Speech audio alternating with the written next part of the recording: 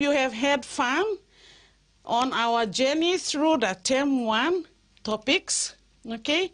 We are going to look at algebra next, okay?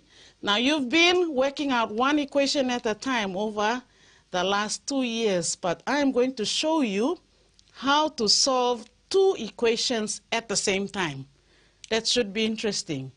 I look forward to having you in our next unit for grade 10. Thank you.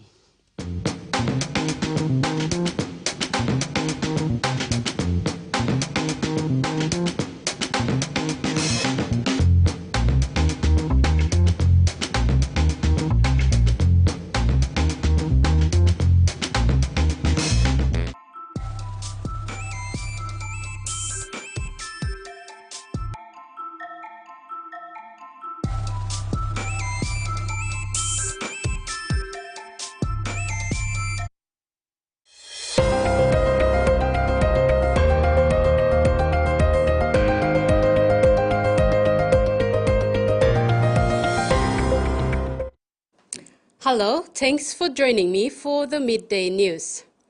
Digicel PNG has been named the fastest mobile network in Papua New Guinea for Q1 to Q2 2023 by Ookla, a global leader in connectivity intelligence and network insights. To determine this award, Ookla analyzed customer initiative tests taken on speed test using modern devices across all major operations in the country. The result of the analysis by Ookla confirms that Digicel achieved the fastest overall mobile speeds in Papua New Guinea during the time period.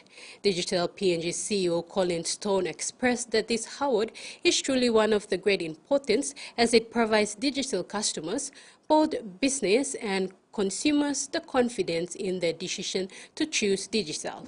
Digicel has always promised to provide a superior network to the people of Papua New Guinea, and today its teams can celebrate the fruition of this promise with the fastest speed award from Ookla. The Australian PNG Network's Young Professionals Network hosted a dynamic panel discussion at a Holiday Inn in Port Moresby, focusing on the Pacific region's rapid digital transformation.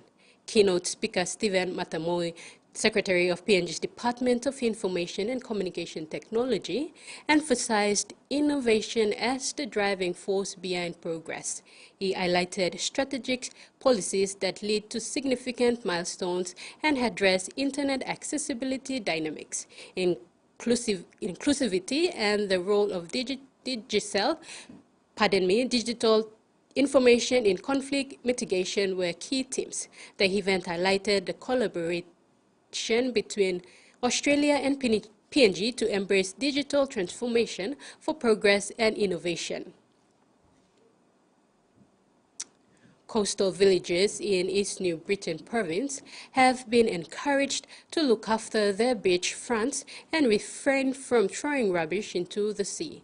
Provincial Climate Change Program Officer Mei-Ling Waraga shared this recently during a beach cleanup program in Lalakau, Ward Luana LLG in Kokopo. Waraga said under the Natural Resource Management and Development Unit, they have 2 programs, Climate Change and Environment Management and Conservation, which they help communities in terms of protection of the environment and also address environmental issues and the climate change issues. She said such initiatives are good for coastal villages to take part in. Thousands of South Australian public school teachers would walk off the job in a fortnight as the Education Union escalates industrial actions over its new pay and conditions deal. Of State Parliament flooded by teachers and supporters 4 years ago, a sight said to be repeated on September 1st if the Education Union and government can't find common ground on a pay and conditions deal. That's the sort of showing that's necessary, I think, to sharpen the government's mind to the problem that we face as a profession and as a public education system in South Australia. From tomorrow, the union will ballot members about holding a one-day strike over its new agreement.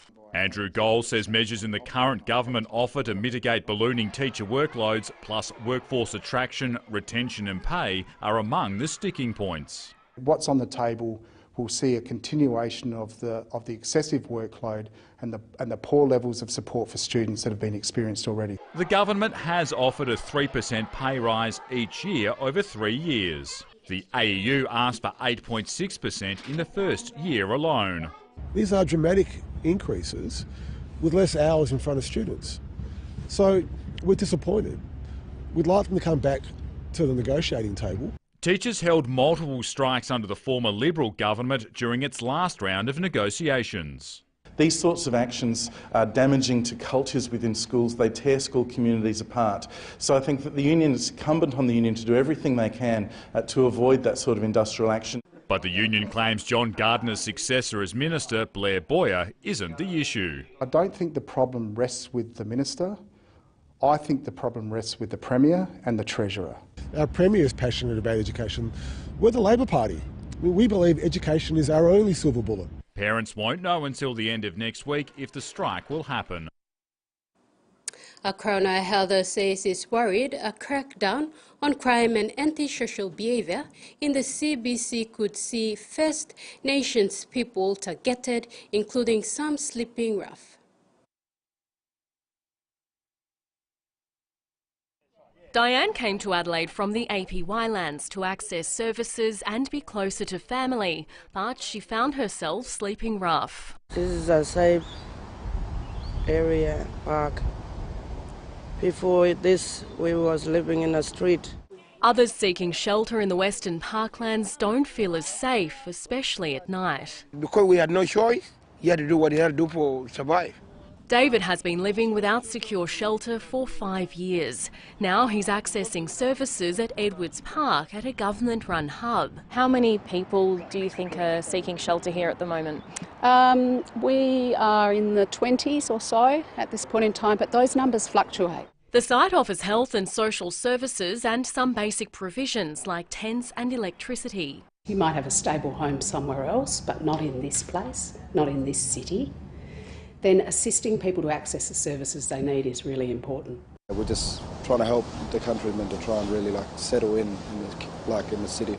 These services have been ramped up at the same time as police are trying to address problems with antisocial behaviour in the CBD. Officers can now refer people here after asking them to move on from other parts of the city if they're in need of ongoing support.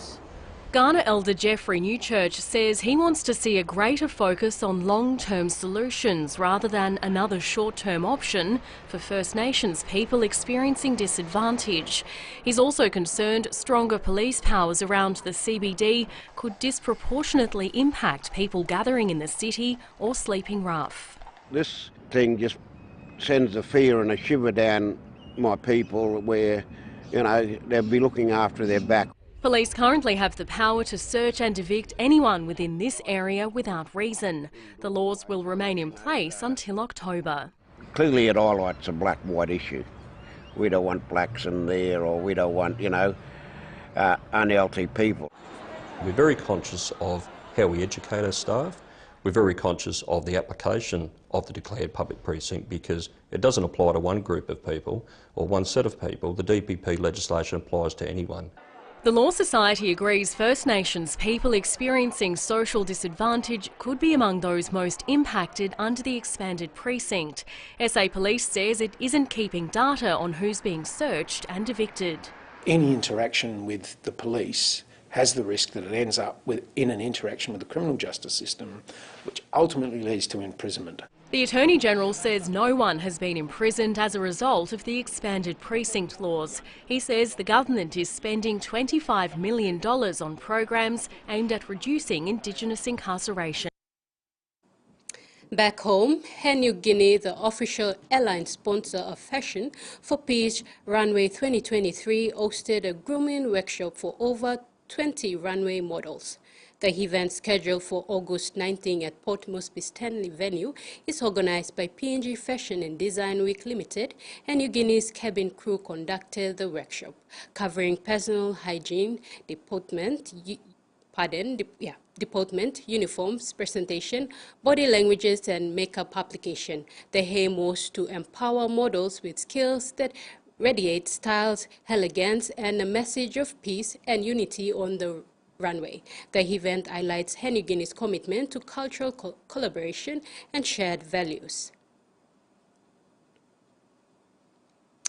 Two international referees from Queensland Rugby Referees Association will be taking charge of the Pepsi Capital Rugby League competition grand final matches tomorrow at the Santos National Football Stadium. The referees Nick Carragh and Jess Craig would be officiating the Women's and Premier Division's grand final matches. Nick Carragh would referee the Premier grade between Crema Asungo brothers and defending premiers Holy Queens, while Jess Craig takes a charge of the women's clash between reigning premiers Credit Corporation Holy Queens and Gironauts. Commenting on the grand final matches, Craig said he has seen a few games on live stream and had that there is a lot of passion during the games, as he is looking forward to that. For the female referees, Jess Craig, this is her first time to PNG and her first refereeing experience outside Queensland. James Tamoy has called time on this NRL career, sharing the news that halftime during the Cowboys' Thursday night match against the Cronulla Sharks in Townsville. The forward player 307 first-grade games following his debut with North Queensland in 2009. He spent the majority of his career with the Cowboys, remaining with the club for 7 seasons and notably being part of the 2015 Grand Final winning side. Tamoy then added to the Penrith Panthers, where he captained them to the 2020 decider before a 2-year stint with the West Tigers. He was able to round out his career with a return to the Cowboys this season, but has been sidelined for the majority of the campaign due to hamstring injury. On the representation stage, Tamoy has competed for both Australia and New Zealand, while also making 14 appearances for the New South Wales Blues at Origin level. Thanks for your company. Join us at 6 for more.